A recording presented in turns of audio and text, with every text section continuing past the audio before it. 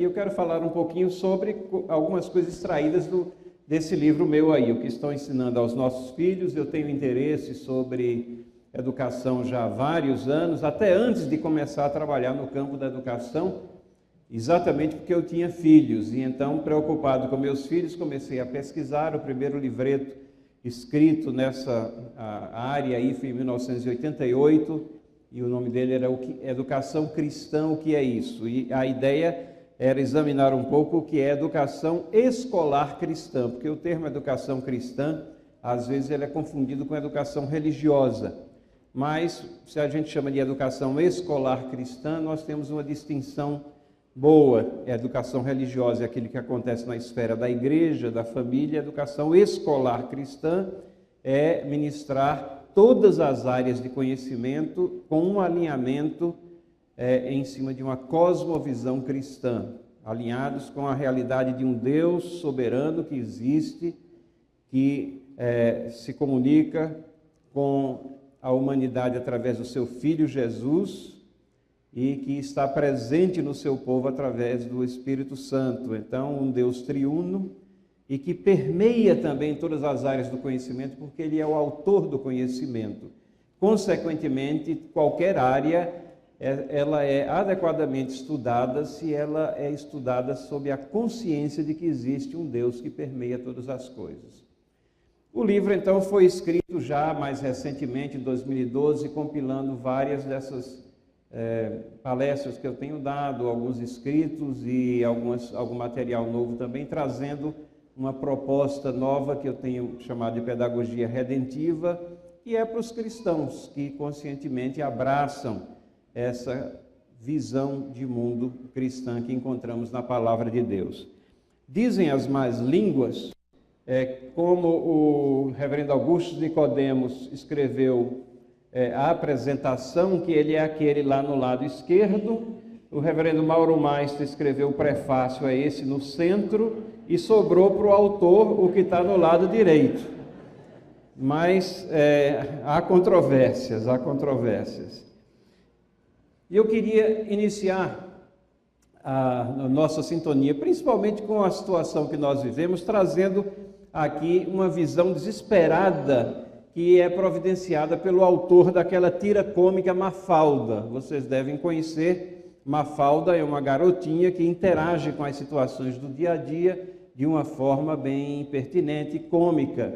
O nome do autor da tira é Quino, ele é um argentino, e os quadrinhos que eu vou trazer não têm a Mafalda, mas são desse autor, é aquele que escreve a tirinha Mafalda, e ele traz então essa visão de um pai desesperado. Ele tem um garotinho e ele está preocupado em educá-la, em fazer com que ele entenda e compreenda as coisas que acontecem nos nossos dias. E a primeira coisa que ele mostra é um automóvel e aponta e diz pernas. E parece que é mesmo, né? Nós estamos nos desacostumando de caminhar, de chegar do ponto A ao ponto B utilizando nossas pernas. A primeira coisa que a gente pensa em qualquer deslocamento é um veículo coletivo ou individual, mas nós estamos deixando, né, o costume do deslocamento com nossas próprias pernas. Ele leva até um computador e aí aponta para o computador e diz cérebro. E como é interessante como os computadores, eles não apenas são utilizados como uma ferramenta para auxiliar o nosso pensamento, o nosso raciocínio, para auxiliar as nossas pesquisas, mas desde cedo nós estamos nos acostumando os nossos filhos a terceirizar o pensar. Um trabalho escolar, por exemplo, muitas vezes ele é nada mais, nada menos do que um copia e cola, e não a utilização do equipamento como uma ferramenta de pesquisa. Então, delegamos o pensar para algo que está apenas processando informações, mas não tem a possibilidade de pensar. Ele é apenas um veículo do pensamento de outros. Ao fazermos isso, nós delegamos nossas conclusões também, nossas aferições para outras pessoas através do veículo do computador. Ele mostra um smartphone, que na gravura aí não é tão smart assim, né? Porque já está bem antiquado, provavelmente é um iPhone 1, alguma coisa nesse sentido. E aí ele diz contato humano. E como é impressionante a maneira como nós temos esquecido o contato humano. Provavelmente vocês já tiveram essa experiência de chegar numa praça de alimentação de um shopping center, por exemplo, e ver numa mesa 3 ou 4 adolescentes sentados um na frente do outro, mas cada um está com o seu smartphone. E muitas vezes eles estão teclando mensagens de texto, WhatsApp ou SMS, o que for, um para o outro daqueles que estão ali. E muitas vezes agregando alguém que não está naquela rodinha também. Mas nós estamos perdendo essa possibilidade do contato humano. Alguns restaurantes estão até se diferenciando de outros agora, porque eles trazem assim, não temos Wi-Fi, tente conversar uns com os outros, né? É algo que está ficando fora de moda. E o pai ali, desesperado para entrosá-lo na situação que nós vivemos, mostra o smartphone e diz contato humano. Leva-a para a televisão e aí aponta para ela e diz cultura. E como parece que a cultura nossa está diluída àquilo que nos é apresentado na televisão. E se vocês olharem corretamente, vocês vão ver que tem ali alguém travestido, tem um travesti. E se nós formos honestos, nós vamos ver que nas novelas, naquilo que nos é apresentado na televisão, parece que em cada lar brasileiro existe alguém que é transexual, que é um travesti, alguém que está fora do padrão. Isso é massificado e o pai ali preocupado mostra a ele e diz: isso aqui é a cultura que nós assimilamos, é aqui que nós bebemos a nossa informação cultural. Que situação triste aqui. Ele leva para uma lata de lixo e diz assim: ideais, moral, honestidade. E com isso ele procura retratar a situação atual que nós vivemos, onde esses ideais, valores e princípios parece que são descartáveis e foram descartados, foram jogados, né, na lata de lixo para que não estejam mais presentes no nosso dia a dia.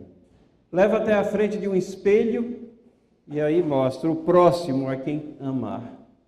E a nossa sociedade hedonista parece que capitaliza essa noção de que você tem que atender os seus anseios mesmo você, mais uma vez fazendo referência a certas novelas ou séries da televisão, parece que o único objetivo do ser humano é a busca desenfreada de sua felicidade, não importa quantos princípios, valores ou direitos alheios você tenha que atropelar.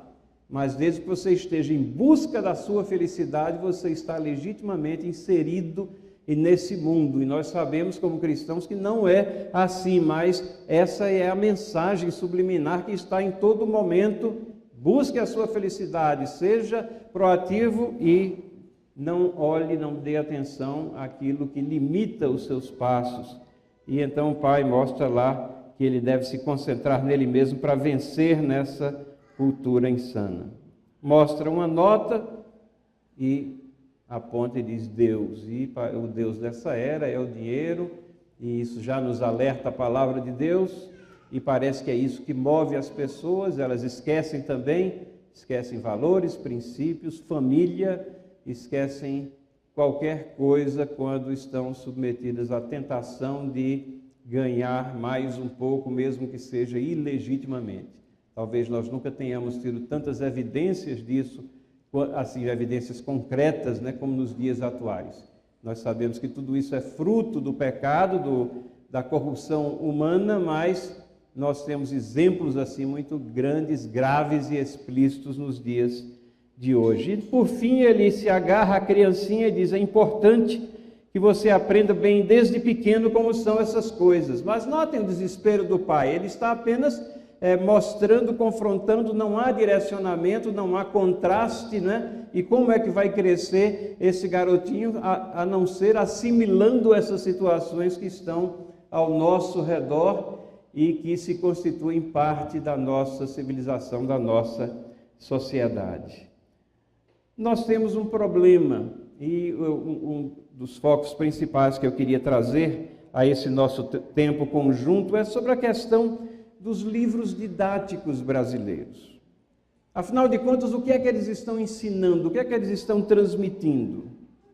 Aos pais que são cristãos, eles se perguntam o tempo todo: como é que uma forma de pensar não cristã chega, se introduz na mente e no coração das crianças? Nós estamos ensinando de uma forma aqui dentro de casa.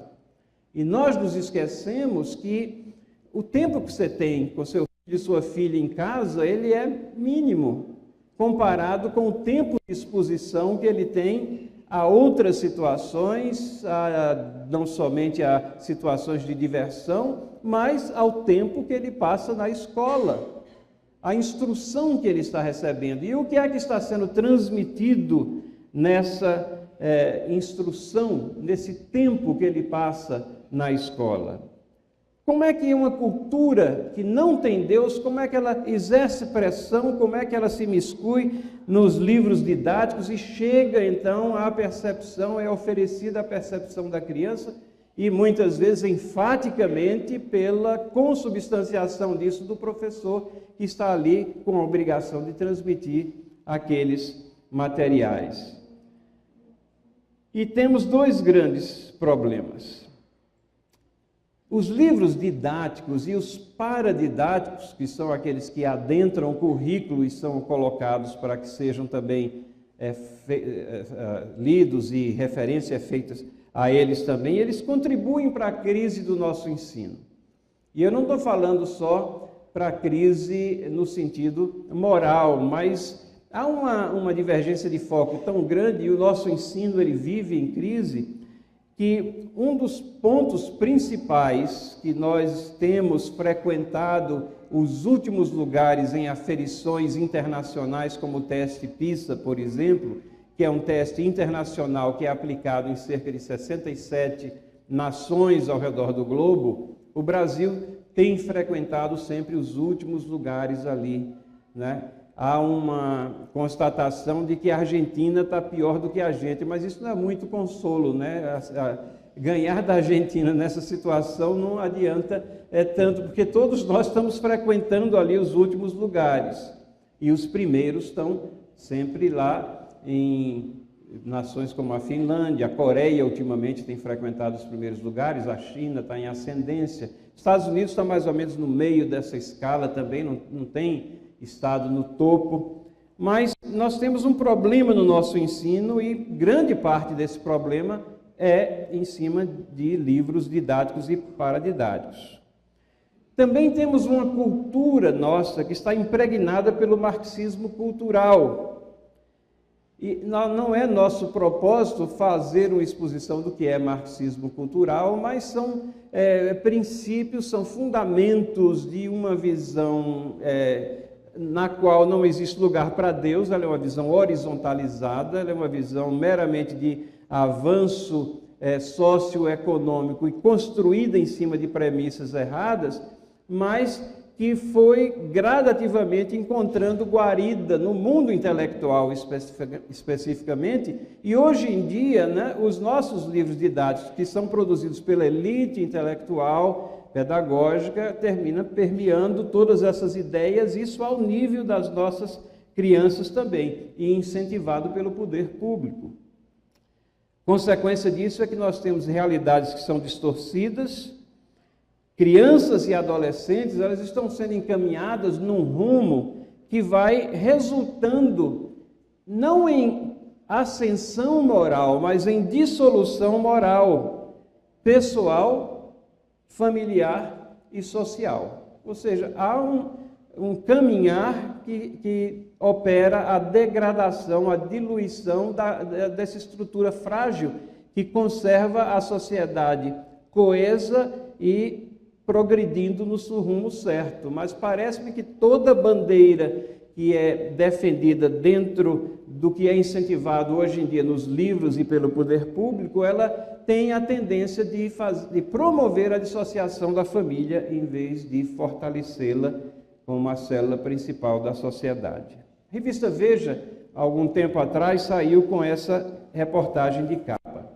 E ela diz assim, o garotinho está lá escrevendo no quadro verde, né? Antigamente era quadro negro quando eu estudava, agora virou verde.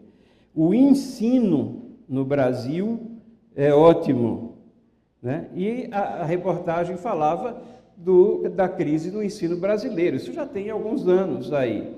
E ela apontava, os erros não são só da criança que está estudando. Na realidade, diz, a chamada de capa diz assim, os estudantes brasileiros são os piores nos rankings internacionais, mas mais de 90% dos professores e pais aprovam as escolas. Então, não somente os professores achavam que estava indo tudo bem, os pais também achavam que está indo tudo bem, eu acho, e não vai tudo bem, né? Essa é a dura realidade.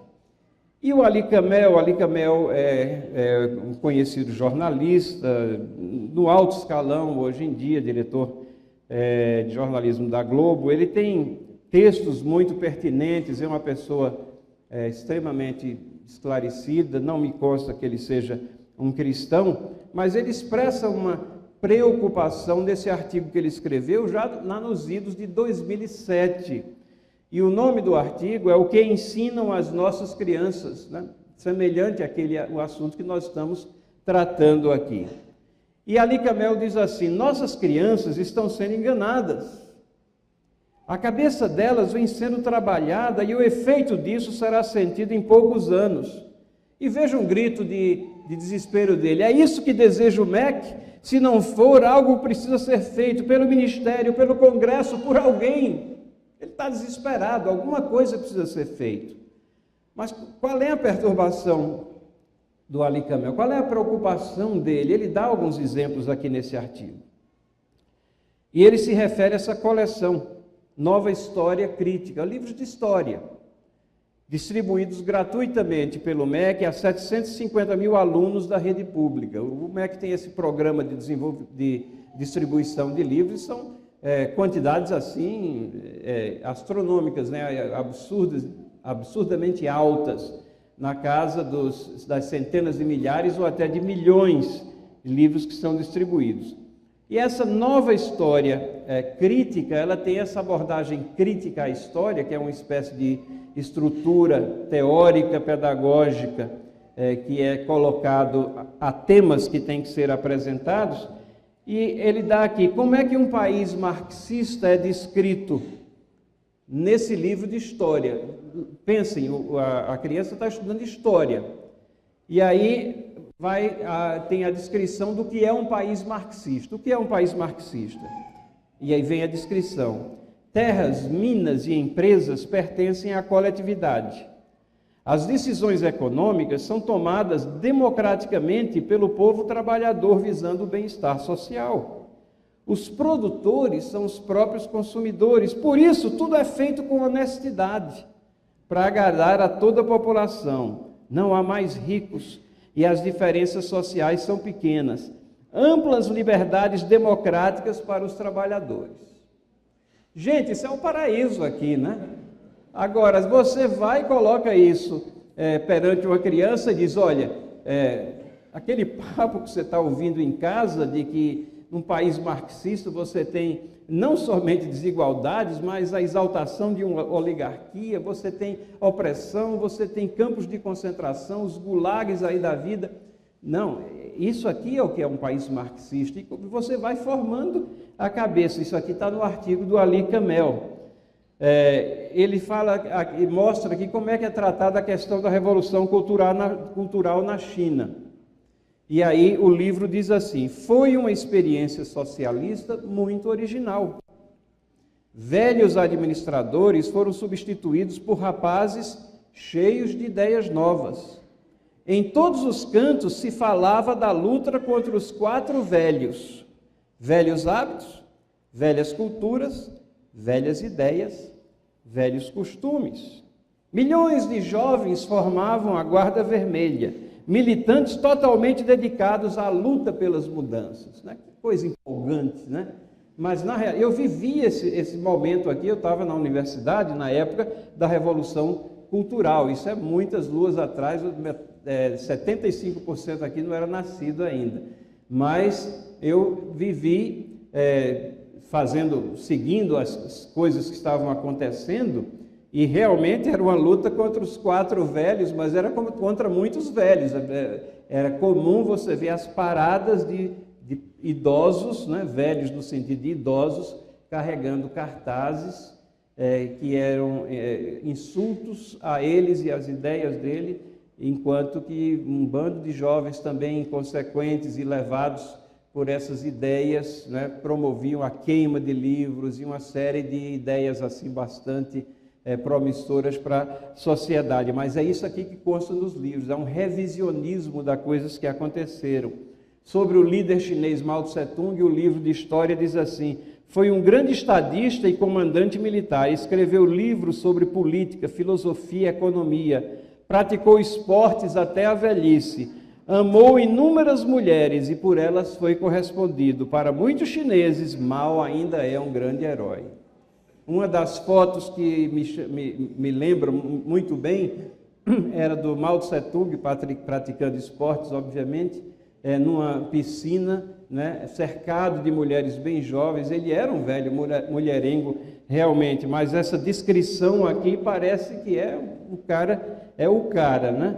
E aí o Ali Kamel diz o seguinte: de que forma nossas crianças poderão saber que Mao foi um assassino frio de multidões? Que a Revolução Cultural foi uma das maiores insanidades que o mundo presenciou, levando à morte de milhões. E que a União Soviética não desabou por sentimentos de inveja, mas porque o socialismo real, uma ditadura que esmaga o indivíduo, provou-se não um sonho, mas apenas um pesadelo.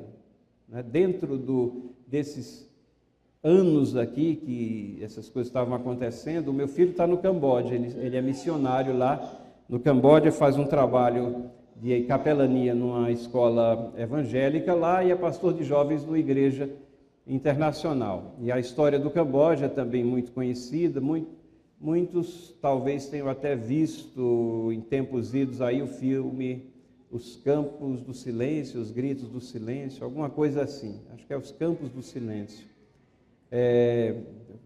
A história registra que em torno de 2 milhões a 2 milhões e meio de pessoas foram dizimadas naquele país, que não é um país tão grande assim.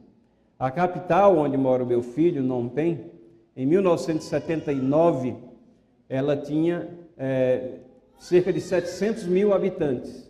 Era uma cidade efervescente lá no continente asiático, e foi quando o Khmer Rouge, ou Khmer Vermelho, tomou conta com uma ideologia marxista guiando todos os passos.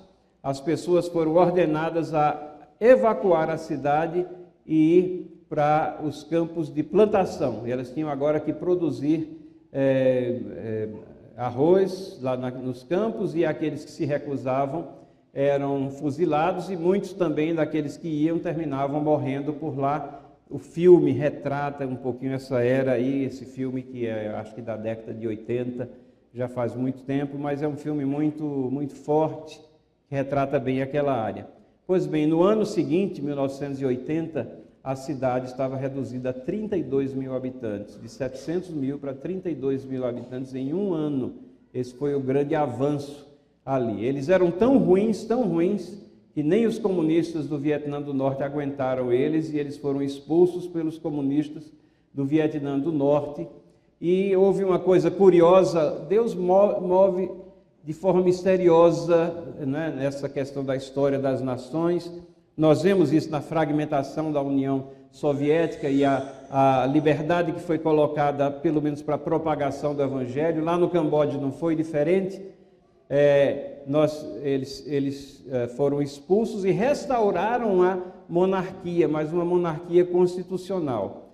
Eu tive a oportunidade de visitar em 2014 ele lá, e é uma cidade onde há ampla liberdade de propagação do Evangelho, muitos missionários, muitas igrejas. Então, uma luz assim de esperança numa situação que parecia fadada à extinção total. Mas voltando aqui, nós vemos que Ali Camel, que não está fazendo uma crítica do viés cristão, mas está preocupado com a situação do que é que está sendo apresentado pelos livros didáticos. Mas qual é a responsabilidade nossa, dos cristãos? Efésios 5:11 diz assim: não participem das obras infrutíferas das trevas, antes exponham-nas à luz. Nossa responsabilidade não é somente de constatar, ou às vezes até de lamentar, ou falar exalando um pessimismo latente em tudo aquilo que nós observamos, mas é de fazer um contraste com as coisas que são realmente verdade, que são fundamentos verdadeiros, princípios e valores eternos, e nós encontramos esses na palavra de Deus. Vejam um exemplo aqui que eu trago lá do exterior. A revista Folha de São Paulo trouxe essa reportagem. E a reportagem tem o título Fábulas com as cores do arco-íris. E debaixo da manchete principal nós temos: em projeto apoiado pelo governo, contos infantis com temática homossexual passaram a integrar as atividades de 15 escolas primárias do Reino Unido. O programa funciona em caráter experimental. E aí o texto da reportagem: eles se amavam, foram felizes para sempre, mas antes tiveram que mandar à convenção social as favas e assumir sua homossexualidade.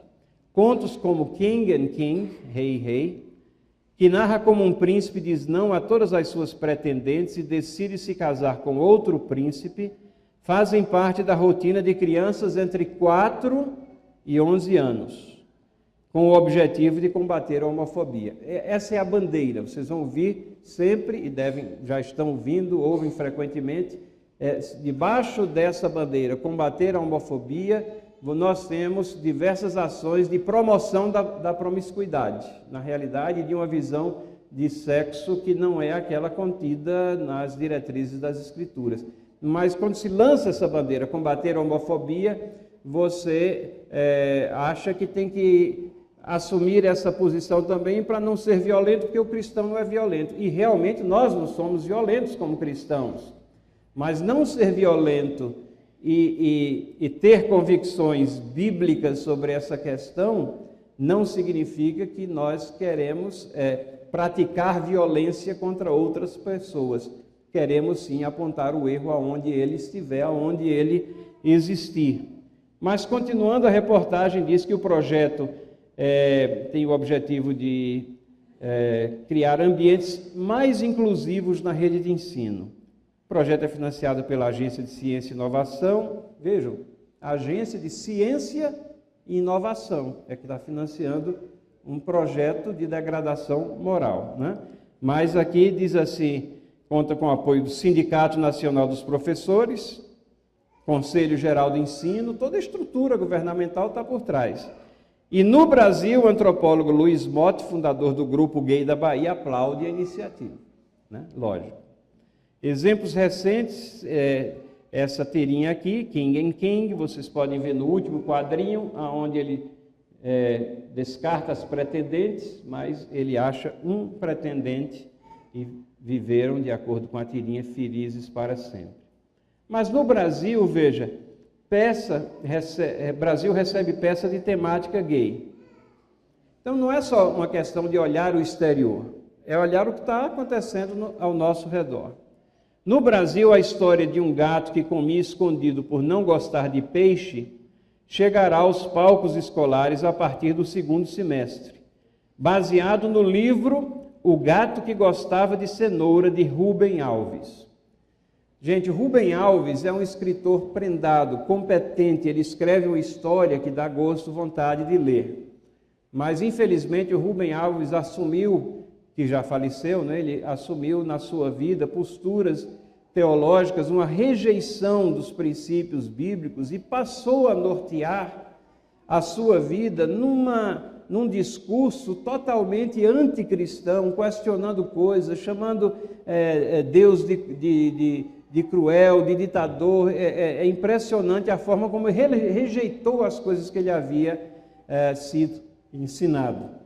E é impressionante também como ele tem uma mensagem subliminar de degradação moral e da família nos seus escritos, mas isso normalmente não é percebido. Então ele é muito prezado por escolas, por pedagogos, pelos seus textos permeiam os livros. Pois bem, essa peça está aqui em produção pela ONG, veja o nome da ONG, Grupo E-Jovem de Adolescentes Gays, Lésbicas e Aliados, e deve ser ensinado em escolas de Campinas, São Paulo e municípios próximos à cidade. O espetáculo é uma das diversas atividades que a organização realiza com o objetivo de quê? Combater a homofobia. Outros entre os vários títulos de literatura infantil nacional com temática homossexual são O Menino que Brincava de Ser, de Georgina da Costa Martins, o recém-lançado Cada Família de um Jeito para criança entre 2 e 5 anos, em que Aline Abreu descreve lares construídos de diversas formas, com pai, mãe, avós, 2 mães, 2 pais, etc. Nós nos espantávamos com as ações lá no exterior, que era para de 4 a 11 anos, aqui nós temos ações semelhantes, isso daqui tem andamento em diversas áreas, agora de 2 a 5 anos. Né? São Paulo recebe livro para adolescente, aluno da 3ª série. Talvez vocês lembrem até dessa notícia. O Estado de São Paulo enviou a alunos de 9 anos livro de poemas para adolescentes com frases como: nunca ame ninguém, estupre. O governo vai retirá-lo das salas de aula da 3ª série, mas manterá a consulta para alunos mais velhos. Gente, quer dizer que essa mensagem para alunos mais velhos, pode estar lá, né? A obra integra o programa, que incluía um livro com quadrinhos com palavrões e conotação sexual. Isso é promovido estatalmente com o dinheiro dos nossos impostos aqui, e esse é o material que está sendo colocado, né? A reportagem tem um quadro aqui, trecho do poema, Manual de Autoajuda para Supervilões. Antigamente era super-heróis, né, que nós olhávamos, agora supervilões é que são exaltados. Ao nascer, aproveite seu próprio umbigo e estrangule toda a equipe médica. É melhor não deixar testemunhas. Mensagem muito positiva para as crianças, né? Nunca ame ninguém, estupre, seja um pouco afeminado. Isso sempre funciona com estilistas. As ações são bem conhecidas de todos, eu não vou me deter muito aqui, em cima do Plano Nacional de Educação. Isso foi um plano intraministerial. Nessa reportagem aqui, dizia que o documento tinha sido firmado por representantes de 18 ministérios, depois isso foi ampliado para abarcar os demais ministérios, e algumas das medidas que integram o Plano Nacional de Promoção da Cidadania e Direitos Humanos de LGBT. Homossexualismo, debate nas escolas é alvo de crítica. Folha de São Paulo, agora em 2011, essa é a notícia daqueles vídeos que foram confeccionados para distribuição nas escolas, vídeos elaborados pelo Ministério da Educação que tratam da transexualidade, bissexualidade e da relação entre 2 meninas lésbicas, deverão ser debatidos em sala de aula do ensino médio no 2º semestre desse ano. O objetivo do material, composto de 3 filmes e um guia de orientação para professores, é trazer para o ambiente de 6.000 escolas o tema gay como forma de reconhecimento da diversidade sexual e enfrentamento do preconceito. Esses vídeos foram confeccionados, promovidos, foi contratada uma ONG LGTB para produzir esses filmes para serem distribuídos. Houve uma grita, principalmente no meio do povo evangélico, e aí houve uma ordem para barrar a distribuição. Ele foi distribuído apenas em alguns estados do norte do país, mas naquela região esses vídeos permearam aquilo que as crianças estavam aprendendo, uma promoção aberta da promiscuidade, de uma sexualidade indevida. E isso não é uma questão de só menos importância. Tem essa reportagem aqui também na Folha de São Paulo. Lula Ramírez, ele é um educador social, na realidade ele é um promotor dessa visão, e ele diz assim: lutamos por uma escola que não seja heteronormativa. Ou seja, você não pode mais ter uma visão de que a heterossexualidade é o padrão, é a norma, porque há uma luta por uma escola que não seja heteronormativa. Lá no centro da reportagem, ele diz: lutamos por uma escola que não seja heteronormativa. Na escola de hoje, o que se divulga é aquele modelo de família perfeita com pai, mãe e filhos. Isso está mudando, a escola deve promover a convivência democrática desde cedo.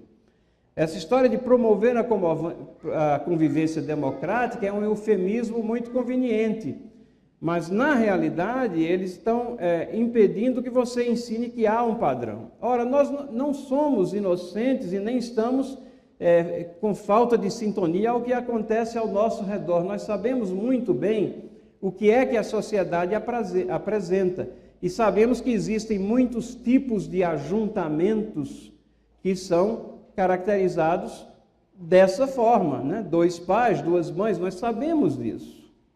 Uma coisa é você saber, constatar de que isso existe, e outra coisa é você ser impedido de ensinar que existe um padrão, que existe uma forma que procede não da engenhosidade humana, ou da nossa perspicácia, ou da nossa forma de melhor orientar ou ajuntar a sociedade, mas procede de Deus. Foi Deus que definiu que existiam 2 sexos, não 3, 4. Foi Ele que definiu que o casamento é entre um homem e uma mulher, que ainda está refletido na nossa própria Constituição. Mas há toda uma movimentação com muita força para que isso adentre o que estão ensinando aos nossos filhos. E então nós temos que nos pensar que existem 2 pontos aqui importantes. Temos que ter uma compreensão clara do reino das trevas e do reino de Deus. O que é o reino das trevas e o que é o reino de Deus? E temos que compreender como essas ideias contrárias ao reino de Deus, que pertencem ao reino das trevas, atingem nossas mentes e principalmente a mente dos nossos filhos. Ora, as ideias do reino das trevas, aquelas que são contrárias à palavra de Deus, elas estão por toda parte e são ensinadas de várias maneiras, porque o pecado, ele se alastra a todas as áreas do nosso ser, especialmente ao nosso intelecto. Nós temos a tendência, às vezes, de achar que o intelecto é uma zona neutra e que a produção intelectual ou acadêmica, ela não tem nada que possa ser alvo de objeção moral ou filosófica. Não, mas como cristãos, nós temos que ter uma compreensão daquela doutrina que é tão prezada dentro do presbiterianismo, que é chamada a depravação total da natureza humana. Essa doutrina não ensina que nós somos, ou que a raça humana, ou que as pessoas são tão depravadas ao ponto máximo que o pecado permite. Não. Mas ela ensina, sim, que não há nenhuma parte da natureza humana que não tenha sido afetada pelo pecado. Deus, na sua graça comum, ele restringe o pecado de tal forma que ele não se alastra na proporção lógica que ele poderia se alastrar. Mas isso, os propósitos insondáveis de Deus, é assim que ele permite, inclusive, que haja, né, a convivência em sociedade, a vida nessa terra. Ele está freando o pecado nesse sentido, né? Ele providencia ainda estruturas, inclusive governamentais e policiais, que agem no sentido também de impedir o pecado. Mas ele se alastra, ele está presente e não há nenhuma parte que esteja imune à sua influência. A doutrina da depravação total é uma realidade. Romanos capítulo 3, versículos 10 a 23, traz isso com muita contundência e com muita pertinência, e é uma lembrança para nós nos dias atuais. Nesse trecho, Paulo não está inventando nenhuma doutrina. Na realidade, do versículo 10 e os versículos seguintes, Paulo está meramente citando o Antigo Testamento, é uma coletânea de citações do Antigo Testamento. Então ele está apenas apresentando e lastreando a sua exposição e a sua estrutura aqui no Antigo Testamento. E é lá que está escrito: não há um justo, nenhum sequer, não há ninguém que entenda, ninguém que busque a Deus. Todos se desviaram, tornaram-se juntamente inúteis, não há ninguém que faça o bem, não há um sequer.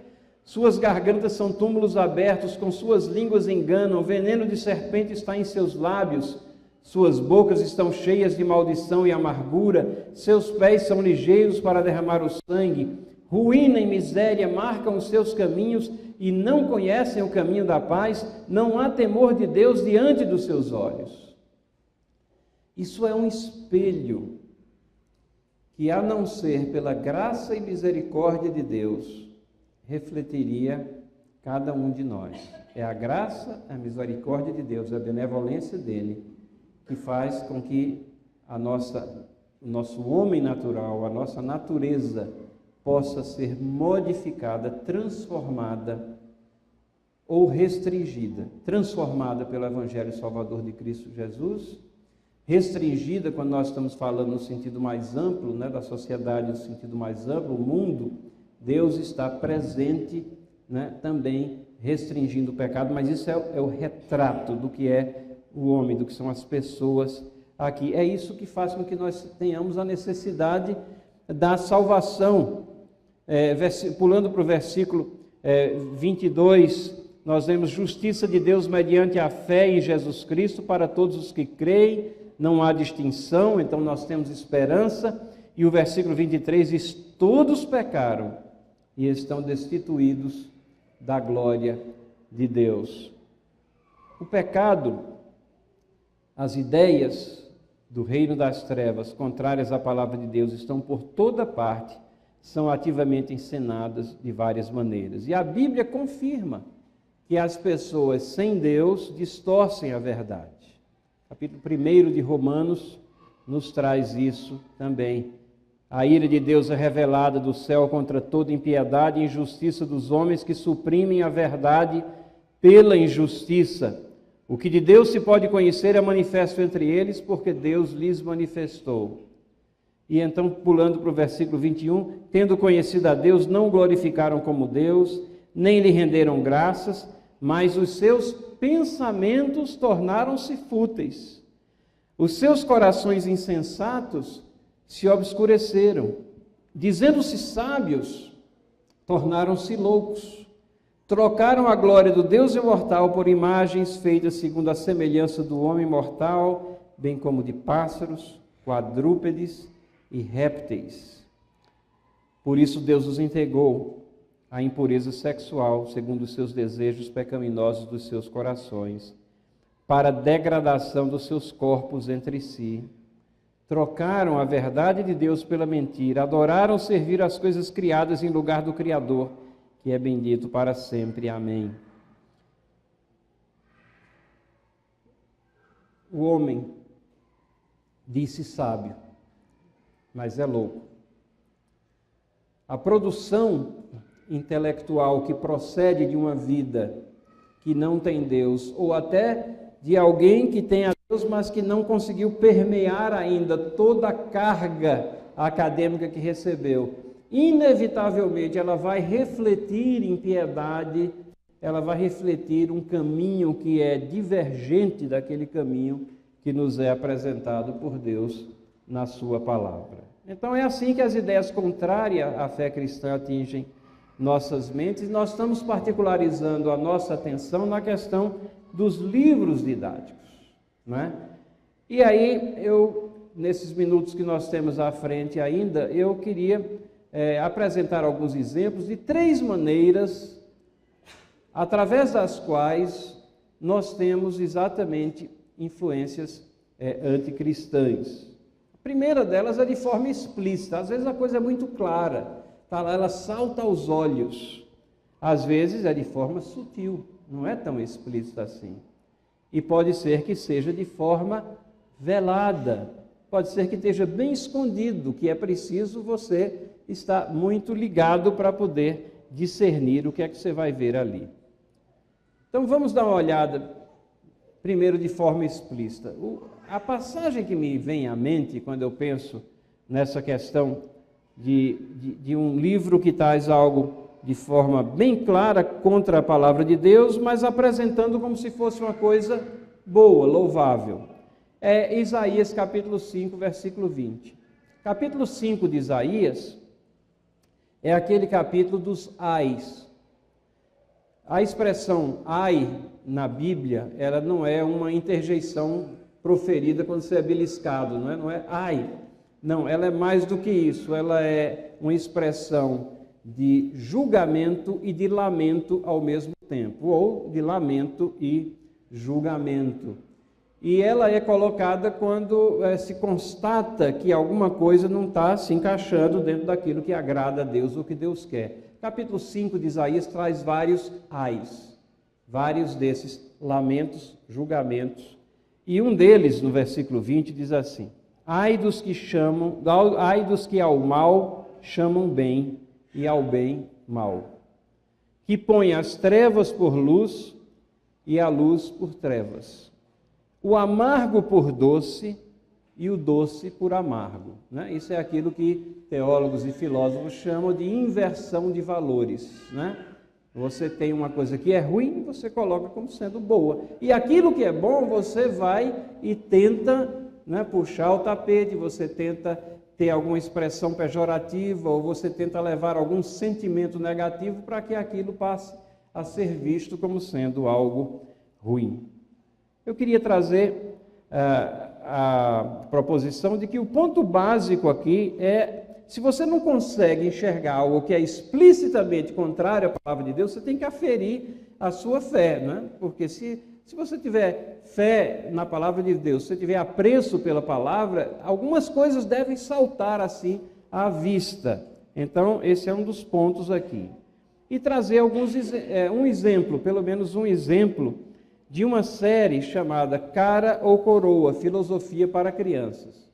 O ensino da filosofia na educação básica, ele tem sido promovido com bastante intensidade, e essa é uma série de livros paradidáticos, são livrinhos pequenininhos, e eles estão presentes, né? E normalmente eles são colocados como dever de casa ou para leitura obrigatória, e às vezes há algum teste, alguma coisa. O nome da série é Filosofia para Crianças, os autores estão aí projetados, e são vários livretos: Bem e Mal, Guerra e Paz, Verdade e Mentira, Justiça e Injustiça, Deuses e Deus. Eu vou trazer o exemplo desse Deuses e Deus aqui. Está aqui a capinha dele, verdade, Deuses e Deus.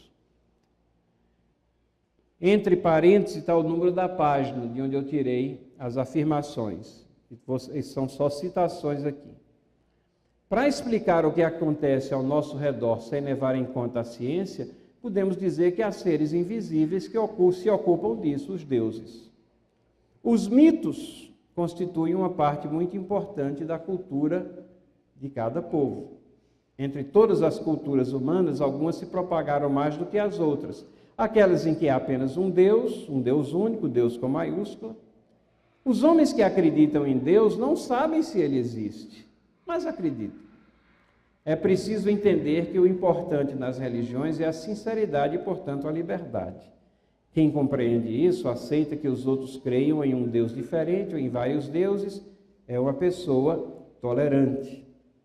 As religiões pregam amar, ajudar, perdoar, reconciliar-se, dizer não à violência, tornar-se melhor. Sim, é possível pôr essas ideias em prática na Terra sem necessariamente crer em Deus, sem forçosamente acreditar que é uma mensagem que Ele enviou aos homens. Agora, essas ideias podem fazer parte do mundo, com ou sem Deus, com ou sem religião. Você está em casa, confortavelmente sentada lá no seu sofá acolchoado, seu filho está lá na escola, aprendendo filosofia, que bonitinho, né? A criança de 9 anos já vai ser um filósofo, aprendendo filosofia. Na realidade, ele está aprendendo ateísmo. Ele está aprendendo que essa história que papai e mamãe estão falando em casa sobre Deus, e que ele ouve naquela horinha de escola dominical que ele tem na igreja, isso é um mito. É algo construído pela cabeça das pessoas. Na realidade, essa pessoa que está falando para você que existe Deus, ela nem sabe se ele existe, mas ela acredita porque quer acreditar. E na realidade, se você força isso e diz, não, meu filho, existe um Deus, existe o Deus da Bíblia, é realidade, essa é uma pessoa intolerante, porque a pessoa tolerante, de acordo com o texto aqui, é aquela que acredita de forma diferente, né? E essas ideias boas que você está ouvindo que procedem de Deus, não, isso pode existir, faz parte do mundo, com ou sem Deus, com ou sem religião. Então, de uma maneira assim, clara, explicitamente clara, você está tendo um ensinamento divergente daquele que é presente ou que está presente no seu lar e daquilo que a criança aprende na igreja também. Então, são situações que são experimentadas pelas crianças e aí nós não devemos nos espantar como é que as ideias do reino das trevas, contrários à palavra de Deus, atingem as mentes e corações. Mas eu disse que tem outra maneira também, não é só de forma clara, às vezes é uma coisa mais sutil. E quando eu penso nessa forma sutil, a escritura que me vem à mente é 1 Pedro 5:8, que diz, estejam alertas e vigiem. O diabo, o inimigo de vocês, anda ao redor como leão, rugindo e procurando a quem possa devorar. Né? Quem já viu, talvez alguém tenha participado de algum safari na África, eu nunca participei, mas já vi um leão na minha frente lá numa determinada ocasião, dentro de um parque. Mas nunca vi ele rodeando uma presa para atacar. Mas já vi filmes, já vi algum filmezinho, e é impressionante realmente como ele fica rodeando, e às vezes um antílope ou qualquer outro tipo de animal fica assim, vigiando, e sempre se virando para frente, e o leão vai e roda, e quando há um descuido é uma patada só, e derruba, e aquela presa é devorada. Às vezes é de forma sutil, e a forma que nós temos que reagir a isso é estar vigilante o tempo todo. O ponto básico é estar vigilante e usar comparações às vezes. Se tem algum texto que você acha que tem alguma coisa errada ali, procura encontrar aquele mesmo assunto sendo exposto do ponto de vista cristão, para você poder comparar e ver aonde é que estão as distorções. O exemplo que eu vou trazer aqui é de um livro de história, Francisco de Assis Silva. Esse livro, eu estava visitando uma escola, isso há alguns anos atrás, visitando uma escola evangélica, e era o livro que era usado lá. Então, vejam, era o livro utilizado lá dentro de uma comunidade evangélica. E aí eu me interessei, peguei e folhei como é que era contada, porque era um livro de história geral, como é que é contada a história do povo hebreu, do povo de Israel, do Antigo Testamento. E aí extraí isso daqui que ele coloca. A mais importante contribuição dos hebreus foi, sem dúvida, sua religião monoteísta, o judaísmo. Antes, porém, de atingir o estado monoteísta, crença em um único Deus, a religião passou por várias fases. Então, sutilmente aqui, mas já dá para ver que a premissa que ele utilizou para construir o texto dele é uma premissa evolutiva das religiões. Religiosidade verdadeira, adoração ao Deus verdadeiro, não é algo que vem ao longo dos séculos e que é administrado, carreado de iniciativa do próprio Deus verdadeiro, que vem angariando pessoas que adoram corretamente, mas é algo que o pensamento humano desenvolveu ao longo dos séculos, e as pessoas chegaram a um estágio aonde chegaram à adoração de um único Deus, depois de passar por várias fases. Impressiona também, e nós vamos ver isso na descrição subsequente, que esse autor, ele vai recorrer a alguma fonte, que não fica claro qual é, mas que ele despreza a fonte real de história do povo hebreu, que é a Bíblia, a palavra de Deus, a história confiável, são fatos ali narrados. Ora, se você vai escrever história, como é que você despreza a fonte principal dos assuntos que você tem que expor? Então isso é má historiografia também, má exercício do chamado dele para ser um historiador. Mas ele continua aqui, ele diz assim: de início os hebreus adoravam rios, fontes, poços, árvores, montanhas, que segundo eles eram habitados por espíritos, Elohims. Gente, onde é que ele extraiu isso? Os hebreus adoravam rios, fontes. Ora, a bem da verdade, na palavra de Deus nós sempre encontramos o povo judeu com expressões de religiosidade que eram inadequadas, adorando falsos deuses, mas isso sempre é identificado como tal. Sempre é identificado, sempre tem o castigo correspondente, o desprezo de Deus à falsa religião. Mas o autor, com toda tranquilidade, vai contando uma história aqui, dizendo que eram habitados por espíritos, Elohim. Ora, Elohim é um dos nomes de Deus, né, no Antigo Testamento. E aí ele diz, posteriormente passaram por uma fase de monolatria. E ele explica o que é monolatria: a adoração exclusiva de um único Deus, sem contudo negar a existência de outros deuses. Isso não é história. Ouve, ó Israel, o Senhor vosso Deus é o único Senhor. Esse é o chamado, isso é o que está presente na história do povo judeu. Não, nada dessa visão eclética da religiosidade, não. Mas você está em casa, tranquilamente, sentada no sofá, achando que seu filho está estudando história. Na realidade, ele está sendo ensinado uma história totalmente diferente daquela que você vem contando a ele, de que ele vem aprendendo também na igreja sobre a história do povo judeu. Sutilmente aqui sob o pretexto de ensinar história geral, uma visão distorcida e que vai levar a um abandono e do apreço à Bíblia que deveria estar presente. Isso daqui vem sendo colocado, inculcado na mente e no coração da criança. E a terceira maneira que isso pode estar presente é de forma velada, escondida. A escritura que me vem à mente é 2 Coríntios 11, 14, que diz assim: isso não é de admirar, pois o próprio Satanás se disfarça de anjo de luz. Então o disfarce, a forma velada de coisas erradas estarem presentes, isso é uma constante nessa vida, desse mundo em que nós vivemos. O ponto básico aqui é que você não tem alternativa, você tem que estudar mais, você tem que penetrar mais na palavra, estudar as verdades fundamentais da fé cristã, as doutrinas, para que você possa ter a percepção aguçada e conseguir detectar não somente os problemas explícitos, os sutis, mas também até as situações veladas. Trago um exemplo aqui de alguns anos já. 20 anos atrás, 1996, livro de ciência,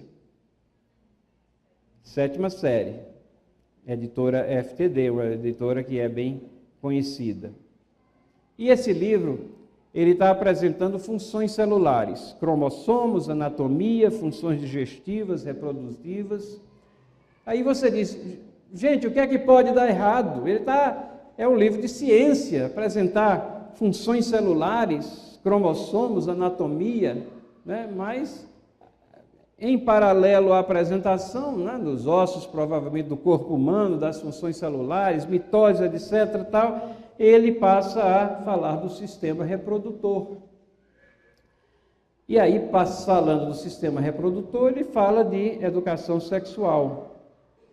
E aí ele diz assim, ele apresenta que é normal, durante a puberdade, as fantasias e atração e admiração e o desejo por companheiros do mesmo sexo. É importante não confundir a atração sexual do indivíduo com sua identidade sexual. Isso há 20 anos atrás. 20 anos atrás, né? Se duvidar, você estudou nesse livro aqui, né? Não é normal. Não é normal, é fora do padrão. Isso tem que ser dito em algum momento, né? Mas aí o livro continua, diz assim, passa a dizer que a conduta homossexual não é aceita pela sociedade. E em função disso, homossexuais ocultam a vida afetiva, possuem traumas. Após essas colocações, o livro então passa a apresentar a sociedade como aceitando a heterossexualidade como natural. Aí você pode até dizer, olha, teve aqui, ele se redimiu um pouco, porque ele disse que a sociedade não aceita tal. Mas qual é a objeção? O livro didático secular veladamente apresenta um conceito vago de certo ou errado, ou uma indução para um tipo ou outro de comportamento que não condiz com o comportamento, a diretriz bíblica. Se isso é correto ou não, a forma como ele constrói aqui, e que ele já entra se ele estava apresentando aquelas questões biológicas, devia ter se restringido aquilo, mas ele entra numa área e no final ele coloca, se está certo ou não, a aceitação pela sociedade. Ora, isso equivale a dizer que não existem verdades absolutas ou conceitos permanentes, né? E aí a pergunta, e se a sociedade passa a aceitar a homossexualidade como normal, até como um modo de vida mais avançado e desejável, como praticamente é a situação que nós estamos vivendo nos dias de hoje? Passa então a ser a norma? Passa a ser correta? E é assim que o veneno é inoculado. Deixa eu trazer um outro exemplo de uma situação também meio velada. Língua portuguesa, né? Está ensinando língua portuguesa, 4ª série. Mas aí ele entra numa área aqui que, na realidade, é um ensinamento sobre ética, mentir, sim ou não. É língua portuguesa, mas está lá dentro a questão de mentir. E aí ele traz uma série de declarações relacionadas com a mentira. Sim, mentir é necessário para não levar bronca. E por aí vai. Não vou ler todas, estão ali. E depois ele traz uma série de afirmações contrárias à mentira, né? Não vale, é necessário mentir para escapar de um problema, mas não vale a pena. Mentir não é bom se você for descoberto, tal. Aliás, essa frase aí poderia servir de moto para alguns nos dias de hoje aí, né? Não se deve mentir, pois quando falar a verdade ninguém vai acreditar. O interessante é que o livro diz assim, organize com seus colegas um mural de opiniões sobre a mentira, né? Pega aquele papelzinho lá, o post-it amarelinho, e escreve lá. Você é a favor, ou uma proposição a favor, outro contra, e aí o professor diz, sugerimos que seja feito um mural. Pega a parede, divide na metade, de um lado você coloca as opiniões que deve mentir, do outro coloca as opiniões contra a mentira. Esse é o exercício de classe. Então, juntando os dois aqui, veja, paulatinamente nas mentes que estão aprendendo ciência, uma visão que não é bíblica da sexualidade é inculcada. Paulatinamente nas mentes que estão aprendendo a língua portuguesa, a ética das escrituras é atacada. A distinção entre verdade e mentira é diluída, porque procura-se construir uma ética em cima da prática, em vez de em cima de princípios. Por que é que mentir é errado? Por que é? Porque Deus é verdade, porque o diabo é pai da mentira, porque Jesus Cristo é o caminho, a verdade e a vida, porque a palavra de Deus é a verdade. Então, porque verdade procede de Deus e mentira não procede de Deus. Então nós vemos que, estudando português lá, ele pode estar veladamente aprendendo noções que contrariam o ensinamento que deveria estar sendo ministrado. Ciências também da mesma forma. E aí tem vários outros exemplos, e eu já estourei o meu tempo aqui, eu não vou nem entrar neles, mas só assim, falando, são exemplos de livro de história, e o que você menos tem aqui é história. Você tem ilações dizendo que o dilúvio é uma história equivocada, amarrando as diversas narrativas de dilúvio que existem nas diferentes civilizações e dizendo assim, olha, a Bíblia está apenas refletindo o que acontece nessas outras civilizações. Quando a história é o contrário. Porque o dilúvio existiu, você tem narrativa em diversas civilizações. Essas diferentes narrativas são do 6º século antes de Cristo, e o dilúvio é muito anterior a isso, mas eles invertem. Isso está presente nos livros de história. Vou ler essa última aqui. Como você pode observar, o islamismo reconhece a Bíblia. Realmente no Alcorão existem muitas passagens amistosas em relação aos judeus e aos cristãos. O islamismo propõe ser uma continuação dessas duas religiões. Portanto, não é verdade que os muçulmanos sejam todos fanáticos contra outras religiões. E por aí vai. Então, eu já caminhando para uma conclusão, nesses estudos que eu tenho feito e construir um gráficozinho aqui que talvez ajude um pouco sobre áreas de maior vulnerabilidade. Se a gente colocar aqui alguns eixos, nesse eixo vertical a gente plotar aqui a quantidade de ensinamentos anticristãos e no eixo horizontal nós plotarmos as matérias ou campos do conhecimento e começarmos aqui de um lado com as ciências exatas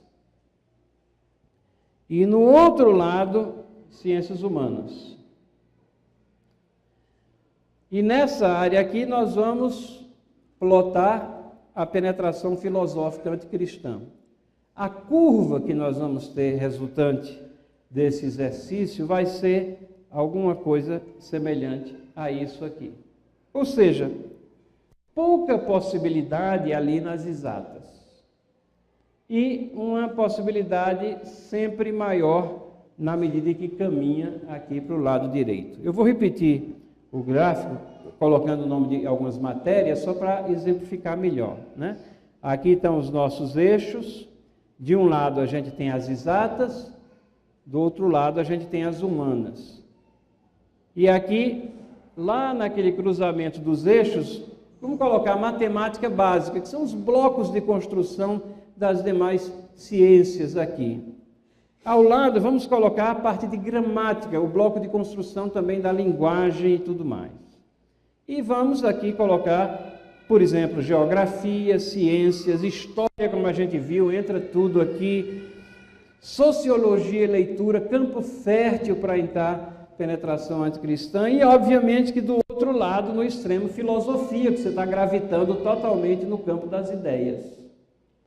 E se nós colocarmos aqui a penetração filosófica anticristã, nós vamos ter menos possibilidade ali e muito mais aqui no lado direito. Isso pode auxiliar um pouco os pais, professores cristãos, a ver que áreas tem que se concentrar, tem que concentrar melhor a atenção nessa questão, porque não tem jeito fácil. Quando a gente tem preocupação sobre o que estão ensinando aos nossos filhos, não tem jeito fácil. Algumas tentativas que vêm sendo feitas pelo segmento cristão.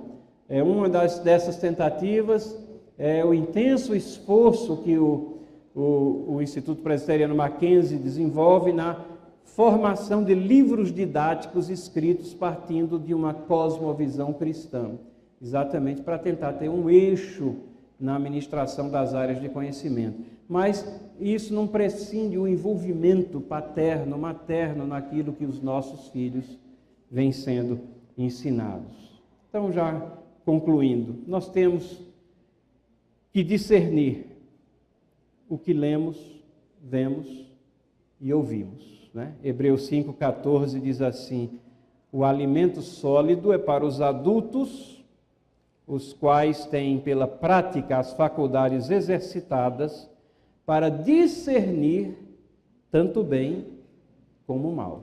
Então, na medida que nós progredimos no nosso caminhar cristão, nós vamos aguçando a nossa capacidade de discernir tanto o bem quanto o mal.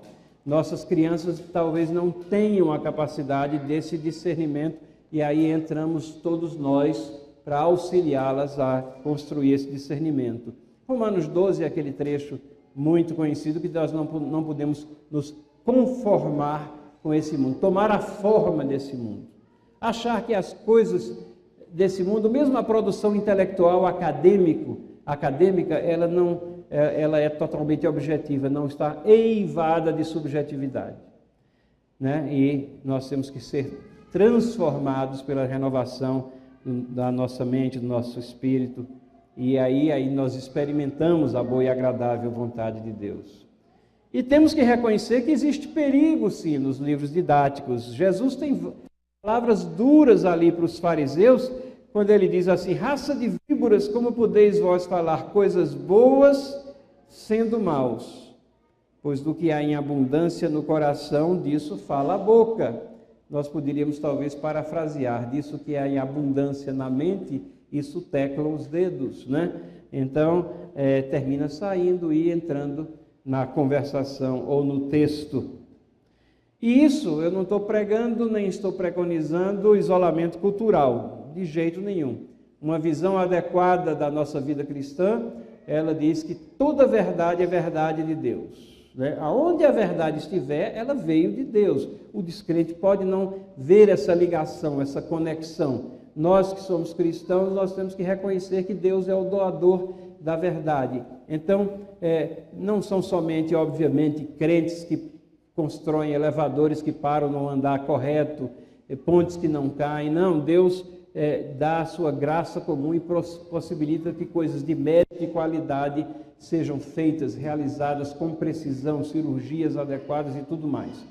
No entanto, nós nunca podemos descartar essa questão de que as obras das trevas, do mal, elas estão permeando o todo da humanidade, e nós temos que ser gratos pelas coisas boas, como Paulo fala a Timóteo: todas as coisas criadas por Deus são boas, nada deve ser rejeitado e ser recebido com ações de graças, mas exercitando o nosso discernimento e sendo coerentes com a fé cristã que nós professamos.